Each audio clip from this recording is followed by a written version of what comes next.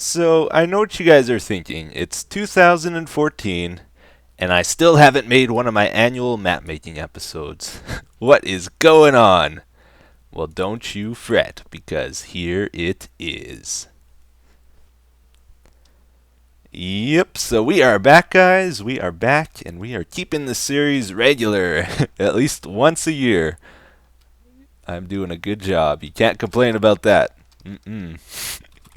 So this is going to be my final push with this project. I'm going to try to record a few episodes in a row here so that I don't fall into the habit of ignoring this this project, because I usually have it on a low priority and other stuff comes first.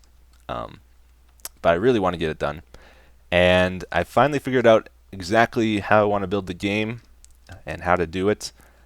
So today's episode's pretty important actually to the series because I'm going to be putting stuff where it needs to go, organizing things. We're going to be creating the third element to our game here.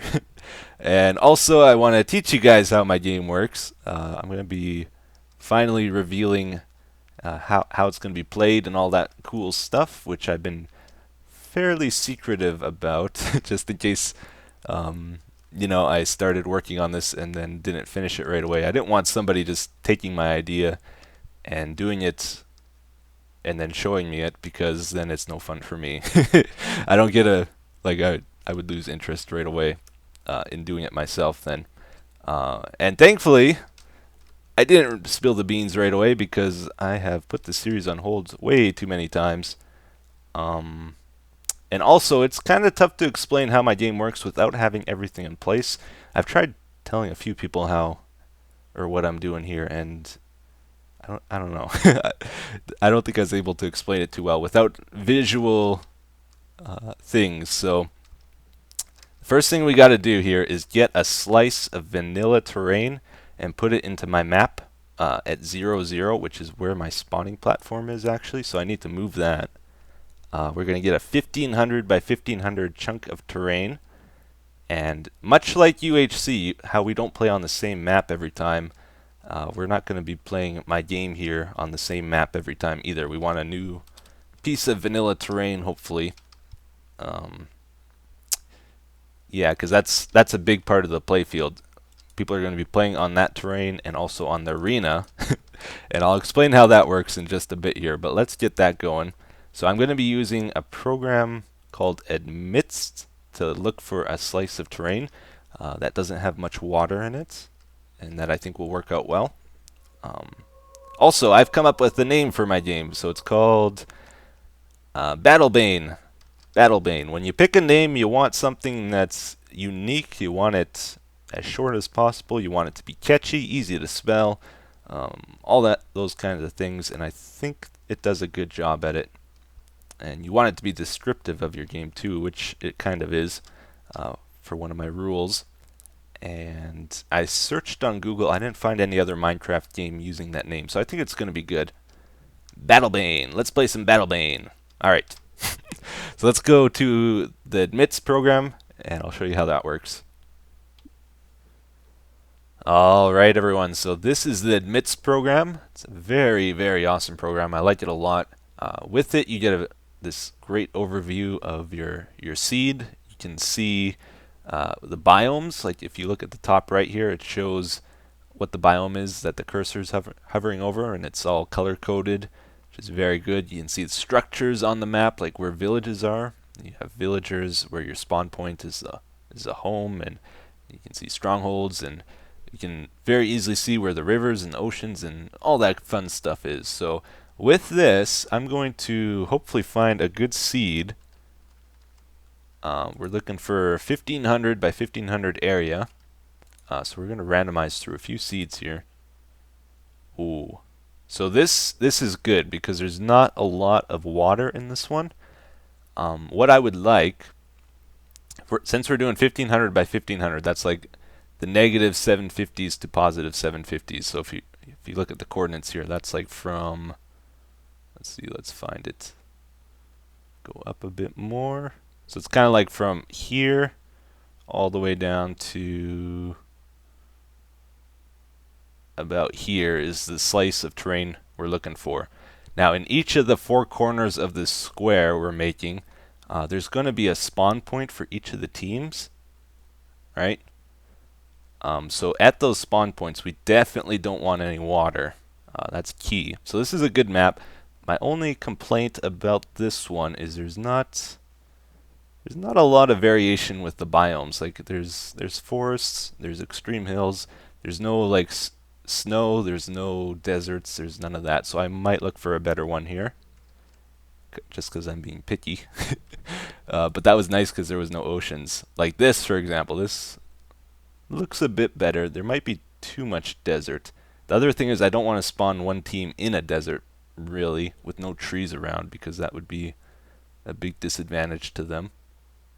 So I have to kind of check. This one's not too bad, actually. Yeah, I like this one. You got some taiga in it, swamplands. There might be a bit too much desert, more than I would like. But overall, it's pretty good. So I'm going to write this seed down and keep it in mind. I'm going to keep looking for maybe a better one, though. And then I'm going to generate this in the world, and I'm going to copy paste it with MC Edit into my map at 0, 0, and we'll take it from there. Whew. Okay, guys. So I'm back. This is now several hours later, actually. I've been very busy with preparing the nice slice or nice chunk of vanilla terrain to put into my void world here.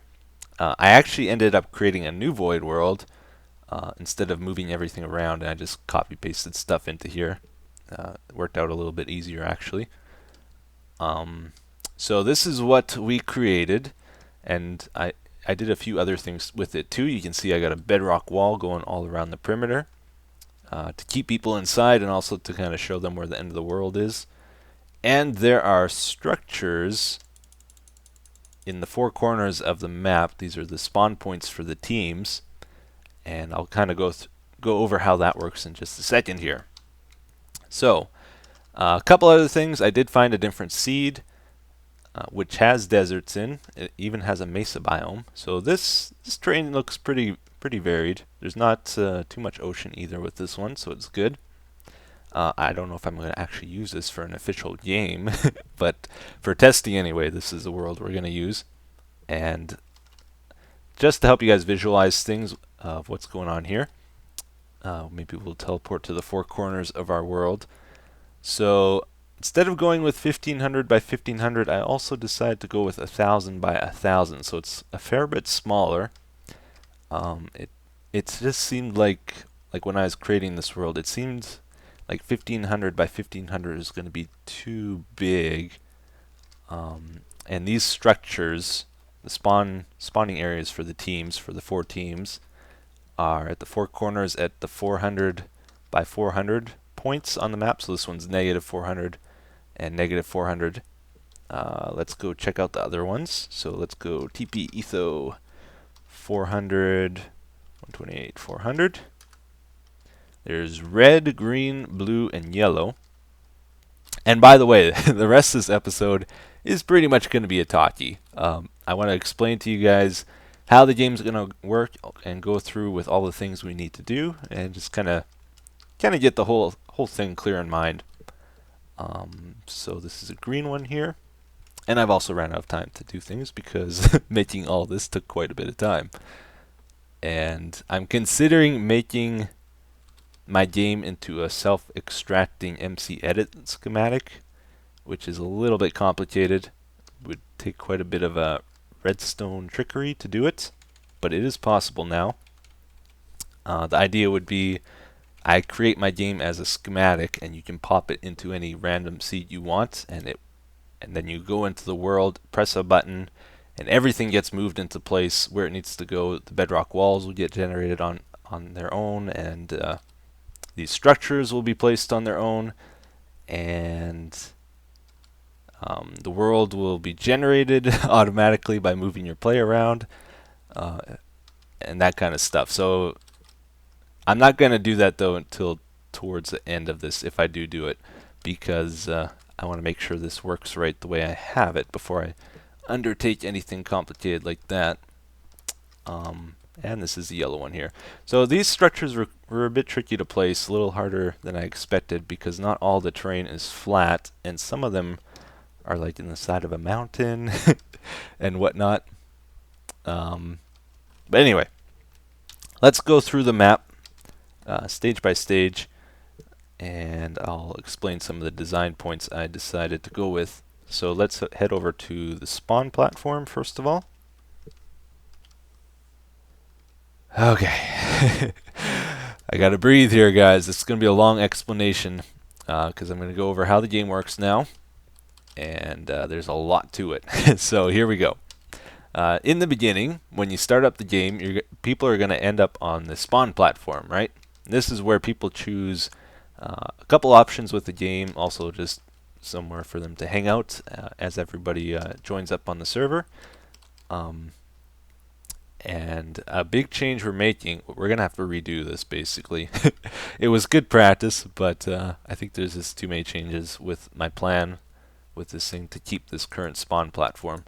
A big change, of course, is I'm no longer supporting up to 8 teams. We're just doing up to 4 teams to simplify things quite a bit. And any combination of those teams is pretty much possible. Like, doesn't have to be all 4 teams. It can be a 1 versus 1.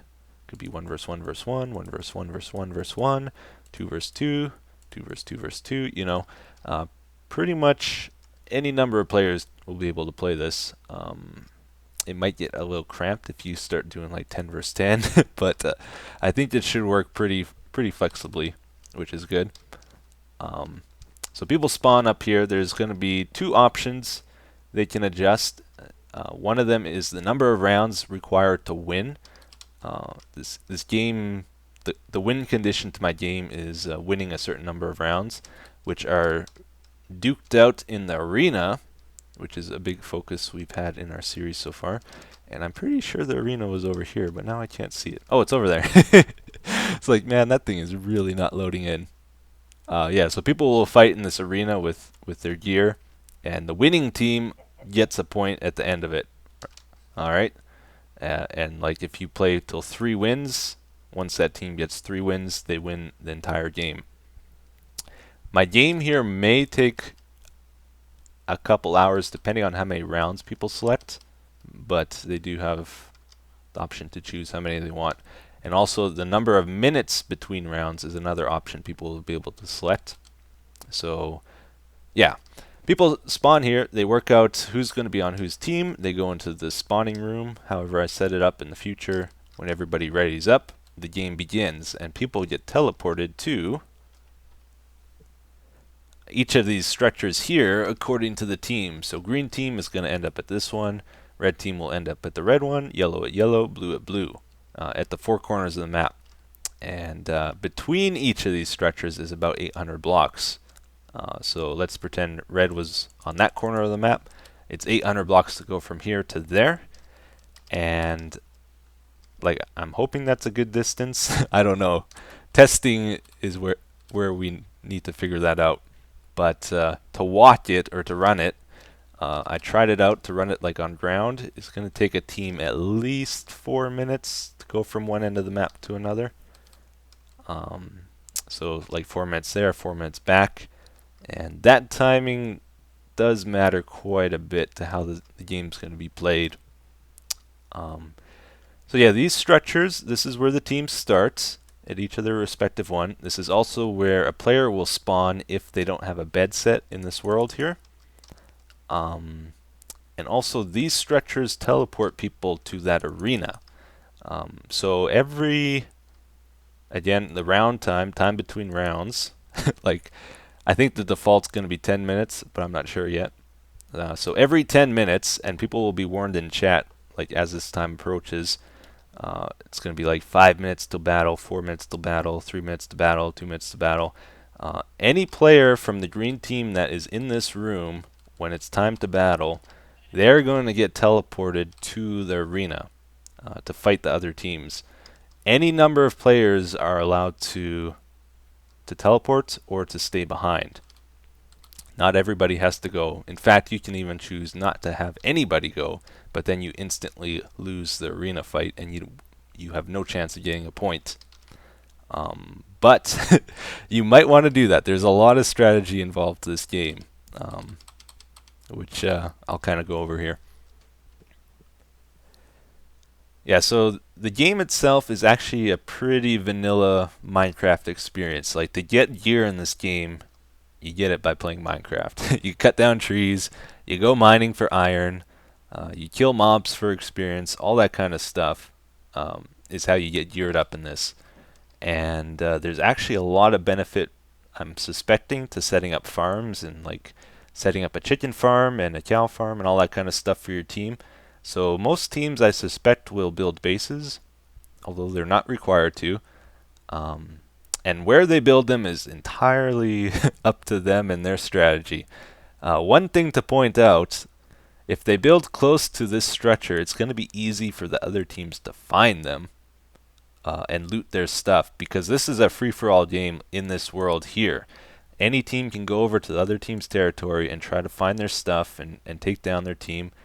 And that is that's another strategic element to the game. If you send your whole team off to battle in the arena, and one team decides to leave their guys behind and go raid you while you're off in the arena, they can take all your stuff, and when you come back, you got nothing left. So things can get pretty complicated with this game, I think, and it's going to have some interesting outcomes with the gameplay.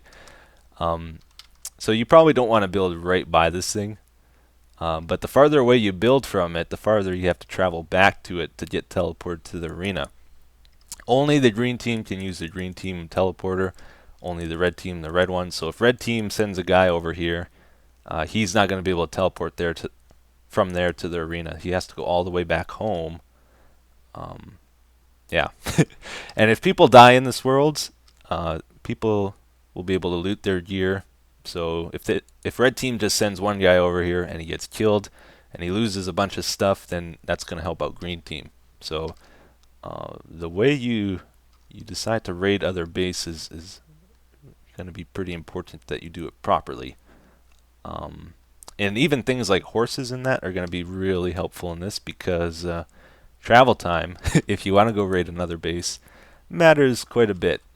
I do plan on having the nether involved with this to some extent, although I haven't entirely figured out how that's going to work. I do want people to be able to get potions. I don't want them to have strength and invisibility potions, though, because I think those are overpowered, and I might just set up something to remove those and ban them, because I think they're not good for combat. So yeah, you'll probably want to set up a base and get equipped. Once you get equipped, you can send people to the teleporter when the round starts, and then people fight it out in the arena. So let's head over there. Yeah, so the whole game is going to have a round timer, and that's going to constantly be announced probably in chat, like 5 minutes to battle, 4 minutes, 3, 2, 1. And any team that has their players on the teleporter, those players will get sent to the arena at each of the 4 team sides. And I'll probably keep people here for at least 10 seconds before I start the game, so that they have time to let the land load over here, and also just so that they can get used to their surroundings before they have to go and fight. So the players will fight it out here, and as people die, it's a 1 life thing.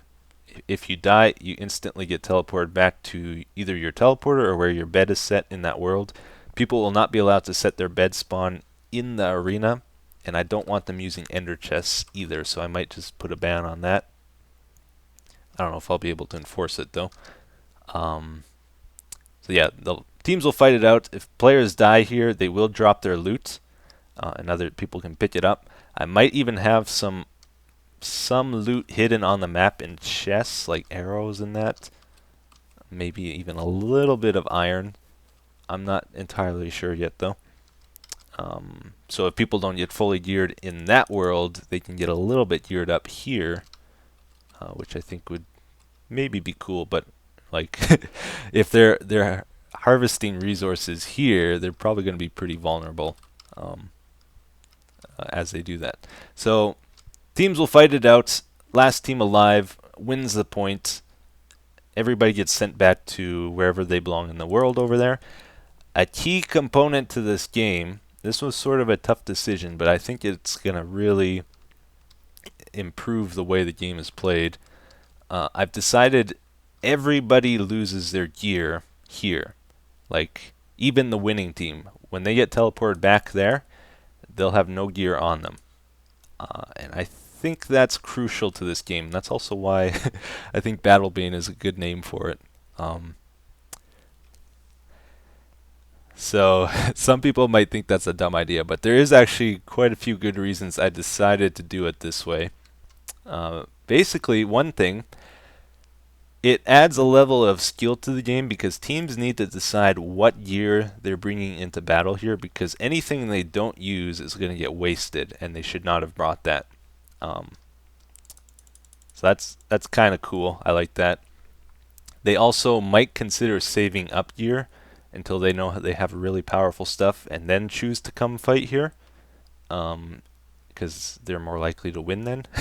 If they feel they're under geared, they might choose totally to skip battling here, and they can use that time that people are fighting here, losing stuff, to harvest more stuff in this world, maybe even go raid other people, or do farming, to get better prepared for the next battle that they think they can win. So I think that's a cool dynamic to it. Another thing, like a lot of games, they want to reward players that are winning, right? But that sort of leads to an imbalance. I don't want one team to win the fight here, get all the gear off of people, and then bring it back to their base.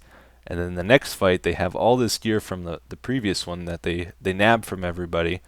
And then they become super OP that no team can beat, You may as well just call it the end of the game at that point, right? So everybody kind of gets a fair chance every round, and there's a lot of like resource management in this game, a lot of efficiency, like the best use of players' time. Is it worth sending people here, or are they better collecting more things, or a lot goes into this. Teamwork is going to be huge in this game.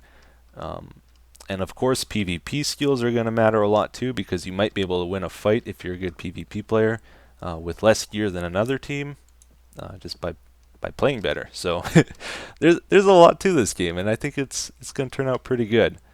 Now another thing, this arena, I'm most likely going to use the clone command that was recently released to generate it every time, because I don't want, for example, one of the teams coming over to this guy's spawn, dropping a lava bucket, and then next round that team will just instantly die. I don't want anything like that happening, so I think generating a new arena every time is a good idea, and starting fresh every time. So those are a couple of the things. So when one team kills all the other players, they get a point, and everybody gets teleported back without any of their gear. And also, that's when the round time starts up again. So if it's 10 minutes between rounds, it's going to start at 10, 9, 8, until the next one, So round time stops while people are fighting here, is what I'm trying to say. But anyway, that's about it, guys. That's the game in a nutshell. Let me know what you think of the ideas. I am really looking forward to playing it. I really want to play it. I've been wanting to play it for a very long time. Yeah, so what's left to do with this is another thing I kind of want to address. So this area here, this third element of the map is actually pretty much done. That's all I really had to do. I had to get a slice of terrain, get some walls, get the structures down. With regards to the nether, I may just do it like we do UHC, where it's just don't touch it, just have it create, and like there's no real value to people going outside of the map boundaries, and I could just have a ban on it, and not enforce it. I think people will play by the rules.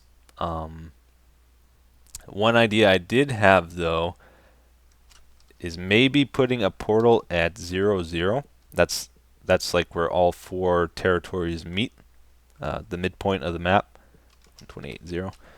Have a portal here encased in bedrock, up in the sky somewhere. And what that would do, that would make it so a team can't just go into the nether in their territory, travel a few blocks, create another portal in the nether, and then end up at someone else's territory. If they did that, it would take them to the portal in the middle, and they wouldn't be able to leave it, so they would have to go back to their territory. So what that means is, in order to use the nether for travel, they would have to set up a portal in their territory and also have one in the enemy's territory. They could still link up with each other, but they can't like create portals in the enemy territory without going there first or having the enemy do it for them. So I think that would be a good way of dealing with the nether. The thing is, if I copy paste like I did with this in the nether, it's gonna mess up the fortress. Oop, things are burning. It's gonna mess up the fortress spawns and like the blaze spawns and all that. So it would mess up the whole potion idea with the game, and that wouldn't be very good. Yeah, so some other things we need to do. We need to finish up the arena here, get an actual fighting area for people to play on.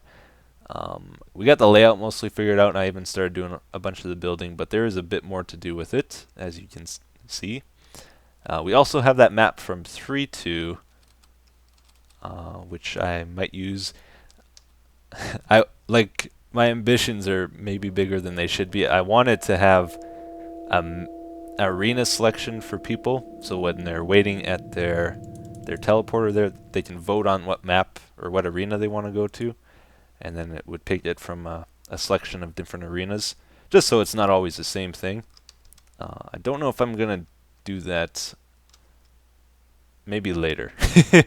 That's more of like a fancy addition to the game. Need to redo the spawn platform, like I said. And then just basically a bunch of command block stuff needs to get done.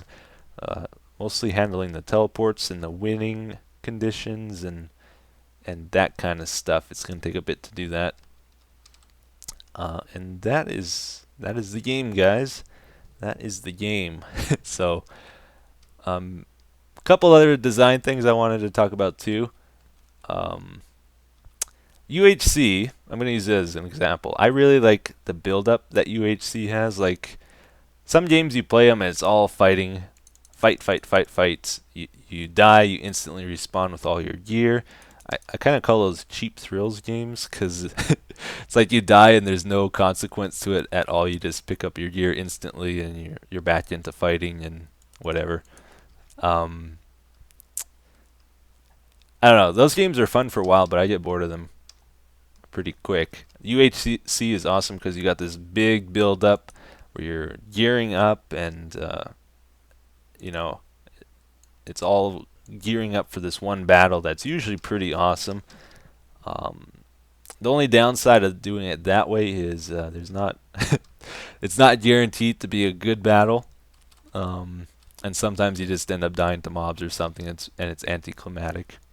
So the nice thing about this game, battles are forced, like they're every 10 minutes or whatever people choose to set it at, and so that guarantees some action, but there's also that build up to the game. There's like the whole collecting gear and like the advancement of the tech. Like people, once you get an enchanting table, it's going to be huge. If you get potions, that's huge as well. You build up your farms, they get bigger and bigger. And then there's a sense of loss if another team comes and raids your stuff, or you gear up all super powerful for battle and you lose. There's still going to be that amazing feeling of winning and losing, and even if you lose, you get another chance at winning the next round. So I think the game's gonna turn out okay. I hope. I hope. We'll see. But anyway, that's gonna be it for today, guys. Taki episode. We're gonna try work at finishing this thing up, and then hopefully we can try it out. So thanks for watching. I hope you enjoyed today's episode. Have yourselves a great day. Bye bye.